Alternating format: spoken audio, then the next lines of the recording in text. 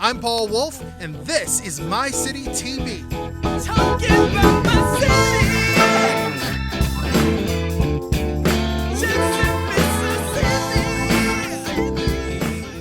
Mississippi. Welcome, Cory Wright from the Mississippi Museum of Natural Science. He's a conservation biologist and quite the showman from everything we've seen over the last year during the pandemic. Cory, how are you today? I'm pretty good. It's hot outside, but other than that, I'm pretty good. Yeah, warming up, feeling like summer for sure. Now, I mentioned that you did a lot of Instagram and Facebook and all kinds of entertainment and education over the pandemic times of the last year. And we'll talk more about that in a moment. But first, I want to know a little more about Cory Wright. Okay, well, I was born and raised in Jackson, Mississippi. I graduated from Tougaloo College. And a funny story about how I got here, I love sports. I play pretty much every sport. Basketball is my passion. I'm a personal trainer. And how I started here was an intern from Tougaloo. I worked here in the Methodist rehab in the brain injury department. And my first week, I was learning about animals, and I never held an alligator. And they wanted me to do a program with 52nd graders. I was like, oh, I could do that. I didn't know I had to have an alligator in my hand at the time. Oh, my. So I reached down to grab an alligator. His name was Stewie. So I didn't know he wasn't fed. So his feeding response is he'll lunge at you. He was a large alligator. So I grabbed the alligator, and he was just everywhere, all over. And I turned around to speak, and I got nervous. Everything got hot, and I passed out. It was a manly feint, but I hit the ground with an alligator in my hand. My first week, and I thought they were gonna fire me because I guess no one got passed out with an alligator before. So I've been here 20 years ever since, and it's a blessing. I mean, I love what I do. I think sometimes where your passion is where your purpose lies, and it's been a blessing ever since. I've done a multitude of things, handled animals from alligators to radio collars on bears. I've been around Asian elephants, anacondas, you name it, I've handled. Even venomous snakes, cobras. And you never stop learning, and that's why I love being here. Cory, I got to tell you, of the 60 episodes I've done of this show now, that is the most intriguing, like, hey, I want to hear more from this guy kind of stories that we've ever had on the show. So congratulations, you win the prize on that one. You are beloved by the community. I'll say this, that everybody that visits Jackson sends your way always comes away raving about how caring and compassionate and informative you are. You always make learning fun. And I know during the pandemic, you were able to showcase some things that you would have done in person, but through our computers, through our smartphones and tablets. Tell me briefly about some of those programs that you put together over the last year. Well, over the last year, I knew that it was a stressful time for people because it was stressful for me. I couldn't be around. I'm a mama's boy, and I wasn't going around my mother and my grandmother. So I wanted to relieve that stress by showing that I care about the public, and I wanted them to be educated because I knew people were going to get out in their yards more and be safe. So what I did was I started a Facebook Live, and I did information on animals, many creature features, if you want to call it that. Then it went from that to YouTube, and I just did little goofy videos on Instagram. And my passion is with disabilities and special needs. So this past year, 2 weeks ago was the last time I did something with them.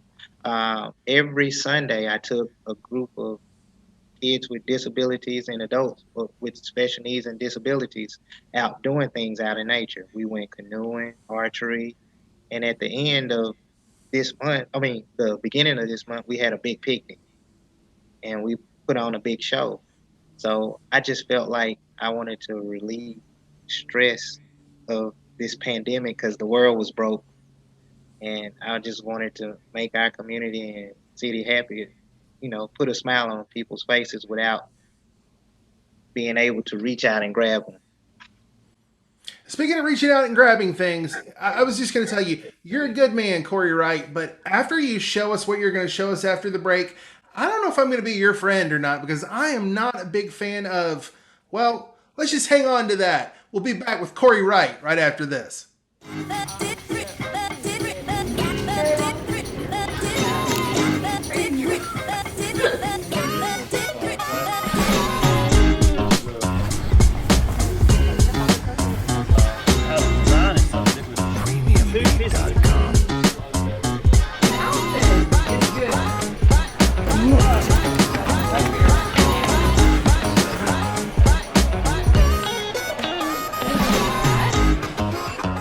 I'm back with Cory Wright here on My City TV. Cory is the conservation biologist at the Mississippi Museum of Natural Science. Now, Cory, before the break, I told you I thought you were such a great guy for all that you do for adults and kids with special needs and what you do for the community to educate, but that I may not be your friend after you show me what you're going to show me. You have snakes today, is that right?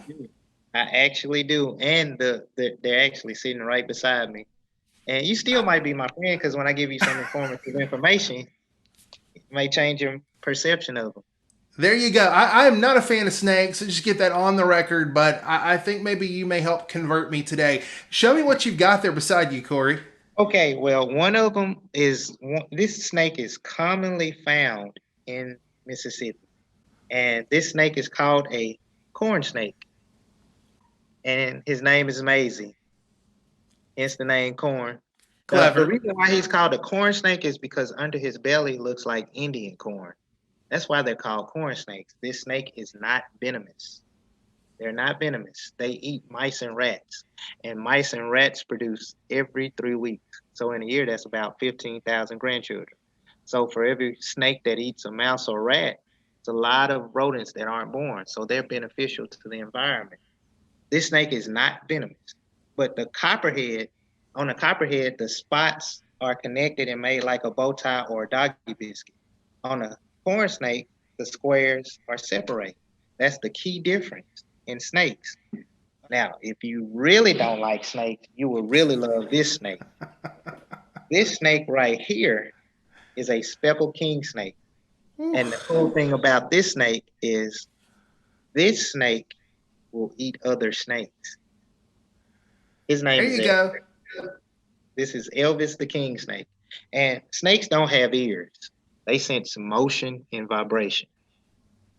And the cool thing about it is if you see a snake out in the wild or in your backyard, the best thing to do is to take 2 steps back, turn around, and walk away.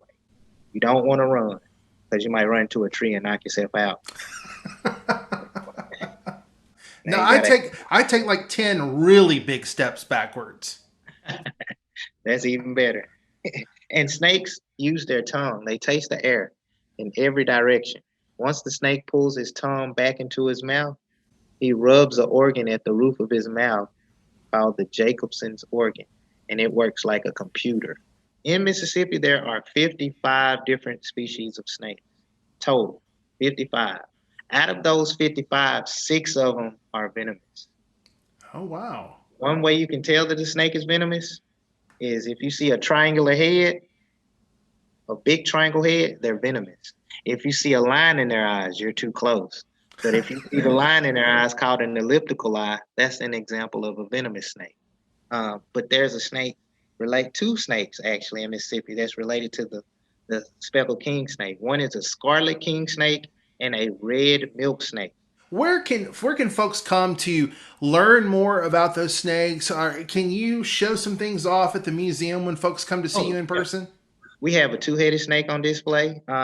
If you come to the Mississippi Museum of Natural Science, which is 2148 Riverside Drive in Jackson, Mississippi, it's in LaFleur's Bluff State Park, in the very back of LaFleur's Bluff State Park.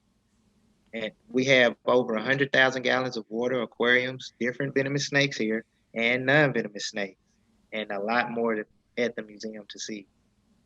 We're going to send folks to see you for sure. Cory, real quick before we go, I always ask this question. Why do you love Jackson, Mississippi so much? Why do you want to make it a better place? Well, Mississippi and Jackson in general is a hidden treasure. the museum is a hidden treasure. It's the most known unknown. There are people that stay right around the corner that have never been here, but I always hear about it. And we're one of the few areas in the United States to have the city across the street and natural habitat right beside it or behind it. And that is pretty much unheard of now. We have natural habitat behind us, nature trails with live flora and fauna. Um, and I just think this is a great place for families. Even though you see a lot of misconceptions on the news, families come here. I've seen people grow up at the museum, and I just feel like this is one of the most peaceful places to be, and I love it here. We're going to put links in our show notes to the museum, to social media accounts, and more on how folks can find out about you and the work you do there at the Mississippi Museum of Natural Science. Conservation biologist Cory Wright, thank you so much for being here today. Oh, it's a blessing. I enjoy myself. That's the show. Check us out at jxn.ms and join us for another episode of My City TV.